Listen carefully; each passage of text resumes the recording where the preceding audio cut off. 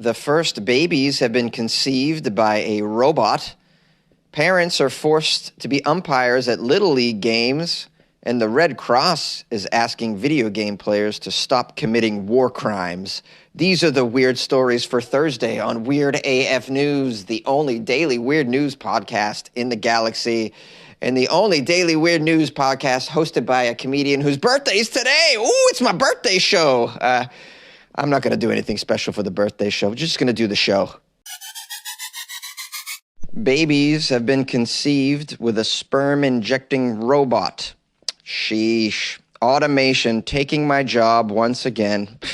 And now these robots are after our women. Guys, are we going to allow this to just happen? Our robots are injecting our women with sperm. Let's find out why and how much it costs. Maybe it's an option now for people who just are sick of humans impregnating them. You know, if you don't want a human to impregnate you, maybe there's other options out there. Perhaps a robot is for you. I mean, I don't want to be raising robot stepchildren, but maybe I'll have to at some point in life. Okay, so last spring, engineers in Barcelona packed up the sperm-injecting robot that they designed, sent it to New York City. They followed it to a clinic called New Hope Fertility Center, where they put this instrument back together, assembled a microscope, a mechanized needle, a little petri dish, and a laptop. One of the engineers with no real experience in fertility medicine used a Sony PlayStation 5 controller to position a robot needle. Eyeing a human egg through a camera, it then moved forward on its own, penetrating the egg and dropping off a single sperm cell. Altogether, the robot was used to fertilize more than a dozen eggs. I love how they used a Sony PlayStation 5 controller. You couldn't build anything better than that. It's just funny to me. The result of the procedures, say the researchers, were healthy embryos. Oh, boy. And now 2 baby girls who they claim are the first people born after fertilization by a robot. So the baby girls were born. Their father's a robot, it seems. Who's the mom? And is the robot going to raise these kids or just take off like they always do? You know, these robots, they impregnate you and then they get out of there. They go work at the Ford company or whatever. You never see them again. Here's a quote from Edward Alba, the student mechanical engineer who operated the sperm-injecting device. On some level, Edward is the father of these 2 babies. He actually penetrated the embryo, right? The egg, whatever. I'm stupid. Here's what Edward said. I was very calm. In that exact moment, I thought, it's just one more experiment. These aren't experiments, Edward. These are people. You are the father of 2 baby girls, Edward. You better get out there and raise these damn kids on your student mechanical engineer salary. Okay, so the startup company that developed this robot is called Overture Life. They say this device is an initial step toward automating in vitro fertilization, also known as IVF, and potentially making the procedure less expensive and far more common than it is today. Right now, IVF labs are multi-million-dollar affairs staffed by trained embryologists who earn upwards of $125,000 a year to delicately handle sperm and eggs using ultra-thin hollow needles under a microscope. But some startups say the entire process could be carried out automatically by robots. Overture, for instance, has filed a patent application describing a biochip for an IVF lab in miniature, complete with hidden reservoirs containing growth fluids and tiny channels for sperm to wiggle through. All right, they're going to go on and on to describe this device that they have, and I don't understand a lot of the language here because Jonesy went to public school. I'm going to skip to the part where it says more babies on the way. The main goal of automating IVF, say entrepreneurs, is very simple. It's to make a lot more babies.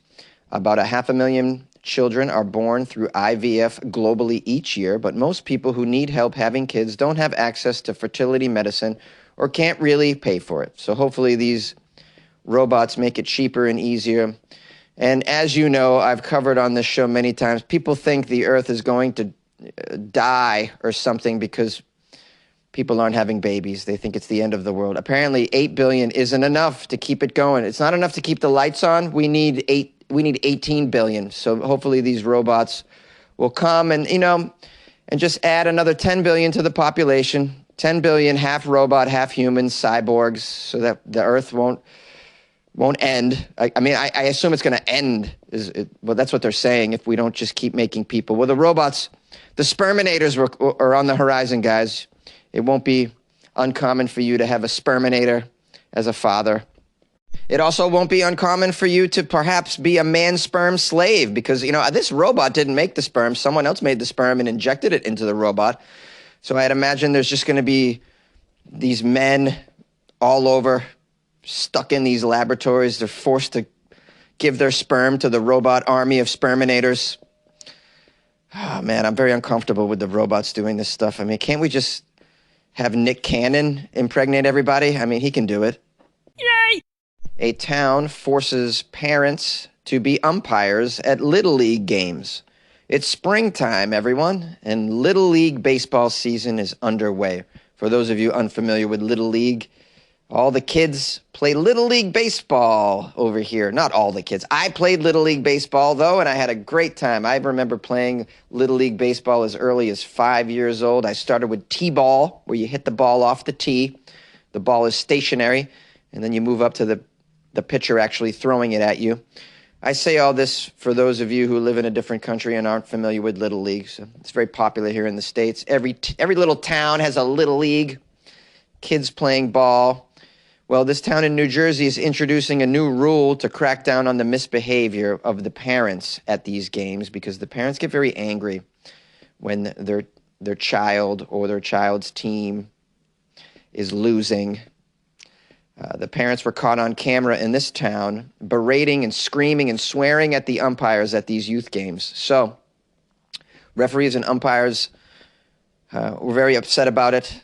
A lot of them quit after this because no one needs this behavior from parents. A lot of these umpires are either volunteers or they're getting paid very little to do this. My cousin umpired games back in my town. It's often something that like a 17 or 18-year-old would do.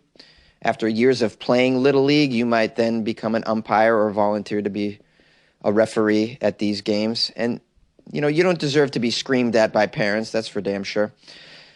So there's been an increase in resignations in this particular town with the rise of shouting matches from parents. This is an issue impacting the Little League players in Deptford Township, New Jersey specifically, which is a suburb of Philadelphia. 2 volunteer umpires have quit in the last week, in fact. So now the Little League officials in this township have created a new solution to combat this trend. They're saying that if a parent or another spectator fights with an umpire, they have to volunteer to officiate themselves for at least 3 upcoming games in this Little League township. Here's a quote from someone who's running the town athletics. You're not allowed to come onto our complex until you complete 3 umpire assignments. Once you do that, then we'll let you come back and watch the games as a spectator. Well, some parents in this township seem to be on board with the new rule. We have a local mother named Caitlin said, if the parents are going to be sitting there yelling the entire game, they may as well use that energy on the field and help out a little bit. Little League International President and CEO Steven said he thinks this solution is a home run idea. Little League International expects its participants and fans to adhere to the highest level of sportsmanship while attending local league events.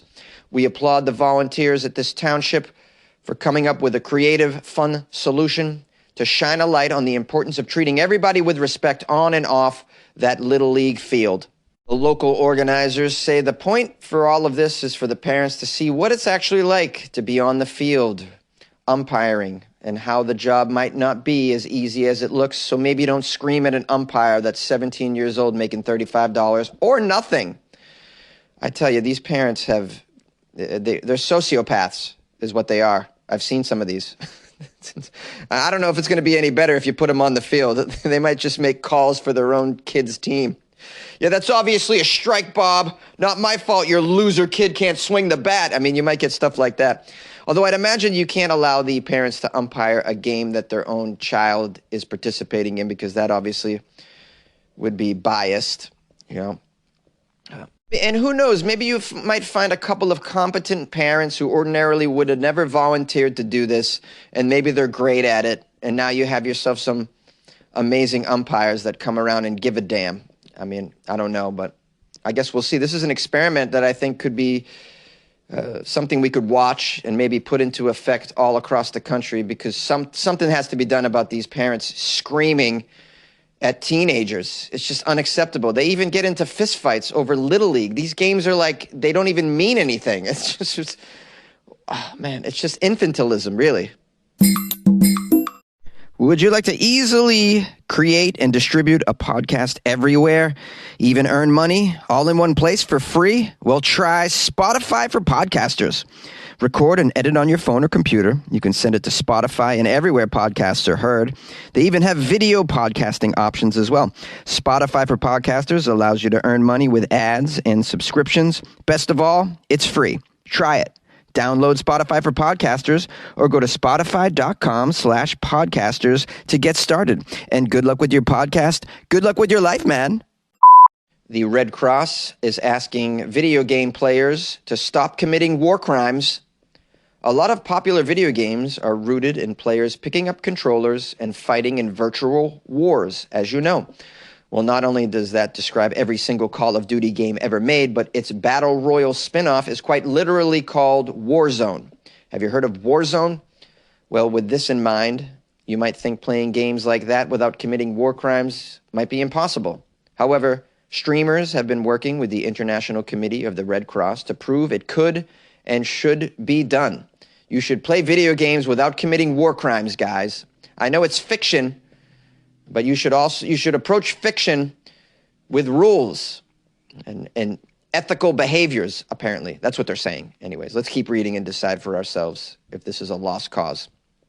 Here's a quote from the Red Cross website. Every day, people play video games set in conflict zones right from their couch. But right now, armed conflicts are more prevalent than ever in the real world. To the people suffering from their effects, this conflict is not a game. It destroys lives and leaves communities devastated.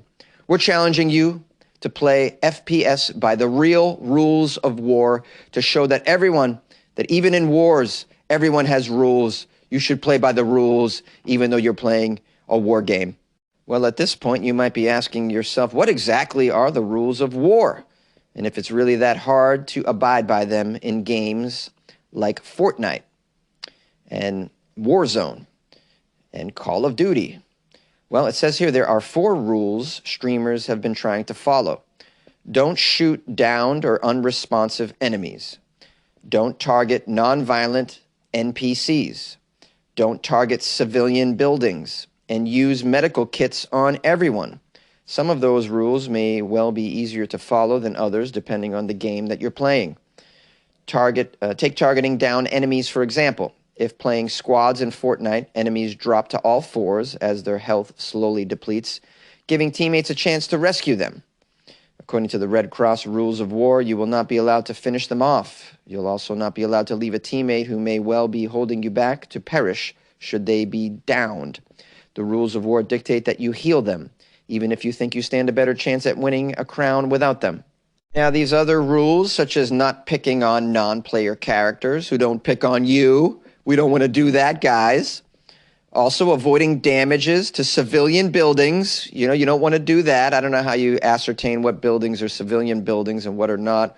I don't know why you would give a damn about hurting a fictional building in a fictional game. I can see, decapitating non-player characters for the heck of it. Might seem unsavory. But, I mean, these buildings, I don't know. A number of streamers and gamers, though, have already teamed up with the Red Cross to show this can be done. We don't have to just decapitate our downed enemies. We can take them back to our tent and give them a nice cup of tea and let them heal. Turn them over to their mates. I mean, I don't know how I feel about all this. It seems like an uphill battle for the Red Cross to get these serious gamers to act ethically in a war zone. But I don't know, maybe it'll take hold and some people will play nice. I have a feeling those people that are playing really nice are probably going to lose these games, which is one reason you don't want to play so nice. People like to win. They're very competitive in these first-person shooter games, these Warzone games, these Fortnite games. Very competitive. So good luck getting them to behave in a certain way that may put them at a disadvantage when it comes to competition. So, but I don't know. Do you guys think this is something we should be pushing for? Do you think following the rules of war in a video game is important for the overall morale of the culture? I don't know. Call the show 646-450-2012. Yay! Hey y'all, thanks for spending my birthday with me and Weird AF News Podcast. Appreciate that. Appreciate it very so much. Thank you so much. A lot of people bought me coffee on my birthday, and that made me so happy. Yep, woke up this morning to a lot of messages of people buying me coffee off my website, weirdafnews.com. Pretty dope. You can leave a message too when you buy me coffee. Write a little note. Curls bought me coffees. Kurlz, Curls, wrote, "Happy birthday, Jonesy. Thanks for making our mornings extra weird." As if they weren't weird already. Our 9-year-old is even enjoying your podcast. Now she asks on the way to school to listen to it. Of course, we can't always play them. Anyway, hope you have the best time in Vegas. Win some money so you can get out of that closet. Come to the East Coast so we can see you live sometime. Good luck with your life, man. Oh, yeah, I'll be coming to the East Coast probably in the fall. Going to have to see my family at some point. Can't stay away from my family for this long. I've tried it before. They hate that. So, so thank you for that. I'm glad that your 9-year-old listens to Weird AF News, although that's probably not the best thing for a 9-year-old. Who knows what I'm doing to a 9-year-old's brain with this podcast. Krista bought me coffees off my website, too. Krista, shout out to Krista. She also sent me an Instagram DM wishing me happy birthday. She wrote, happiest of birthday wishes to you today, good sir. I hope you have a fantastic day of celebration. And use this to buy yourself a favorite coffee or a nice joint to relax, or both. It's your birthday. Do whatever makes you happy. Thanks for making your listeners smile multiple times a week, Jonesy.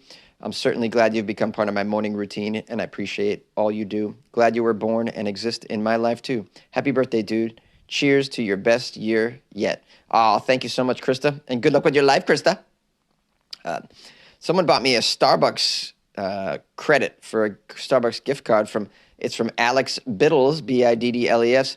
Alex wrote, yay, it's your birthday. Good luck with your life, man. Isn't that nice? Thank you, Alex, so much, and good luck with your life. I'll be definitely using that. I'll add that to my Starbucks app. I have an app.